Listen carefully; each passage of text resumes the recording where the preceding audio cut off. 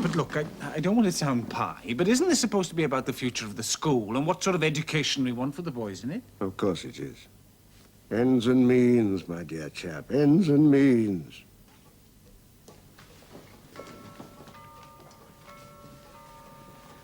Barnaby?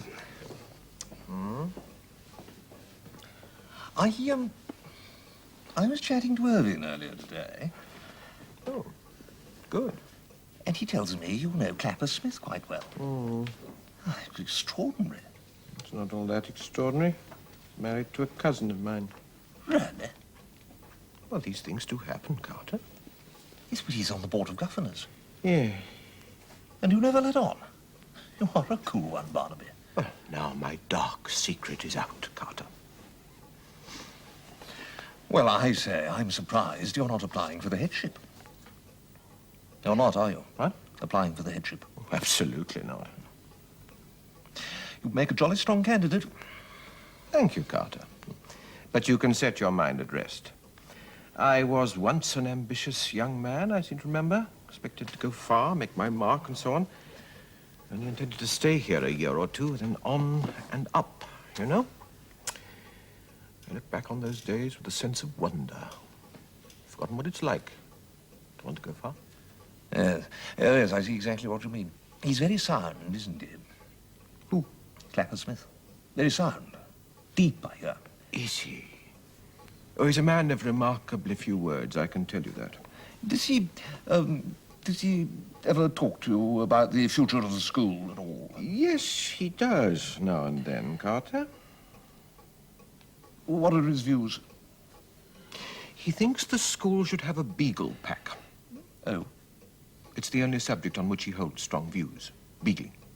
I don't know much about beagling, Barnaby. Oh, what a pity. Do you... I can tell you one thing about beagles. You must never refer to their tails. Oh? Sterns. Beagles have sterns. Ah, yes, I see.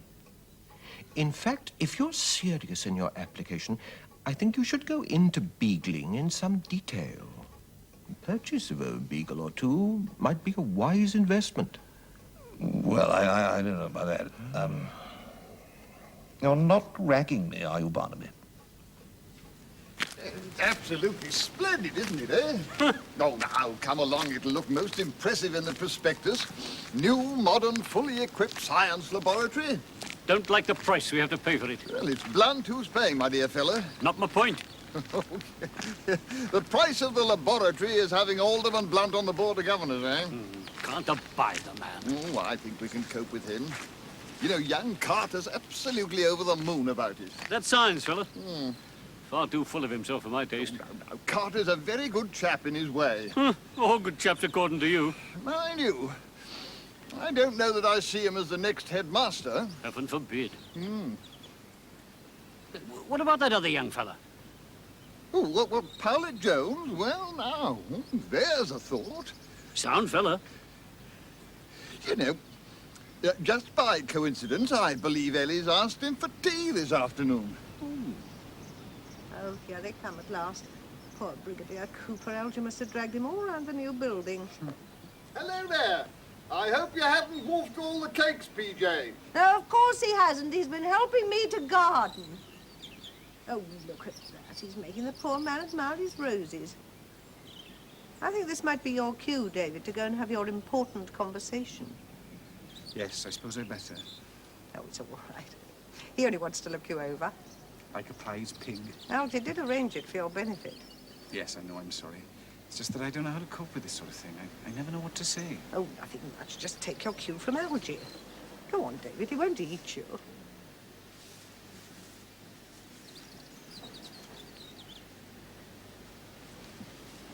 I bet you haven't got one like that anywhere near your garden. Ah, Barnaby Jones. Keeping well? Yes, thank you. What do you make of this thing? Well, it looks remarkably healthy. Healthy? It's rampant. I mean, look here, Harry. You've grown roses here, are cabbages. Mere envy, you understand, David. Envy, I wouldn't give it house room. Smells like bay rum. Barnaby Jones, you have a sniff. Well? I like it. Well, you may be right at that. Now listen here. I was a thorough rascal at school myself, and a bit of a dunce to boot. So my task is raising hell, and the usher's task is trying to stop me. Some of the time I won, some of the time they did. I managed to knock a bit of sense into me, though, as much as I needed. You follow? Oh, yes, you could be talking about the typical boy here. Good, good. That's the way we want it to stay. Don't want it turned into some examination crammers. Keep hearing about this fella Carter. Wants to turn it into some sort of chemist shop. Won't do at all. What's that? I don't agree. I think the science side does need building up. Your wife died, didn't she? Yes. Shocking business. Find another. And don't leave it too long. That's my advice. Oh, I'm damned if I know what you see in these cabbages. Look here, here he is. What was this business you were talking about the other day, then? Hmm? Oh, well, the letter's in my study. Come round and have a look.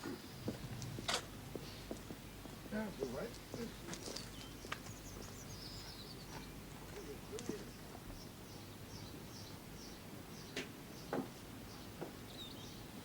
Well, that didn't take you long. Everything go all right? I don't know.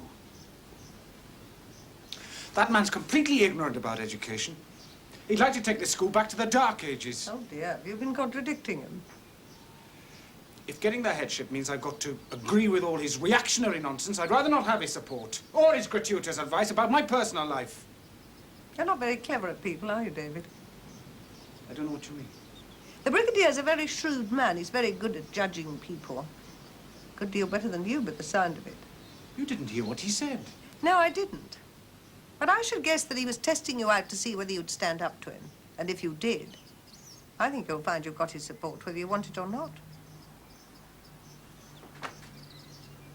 Make sure you deserve it, won't you, David? What? I believe you're going for the headship because you think it will provide some meaning in your own life. Fill the gap that Beth left, perhaps. Am I right? Yes, of course you are. We both understand that, David, and we sympathize. I think it might be the very best thing for you. But the best thing for you isn't necessarily the best thing for Bamfield. Is it? Aren't you going over to Big School this evening?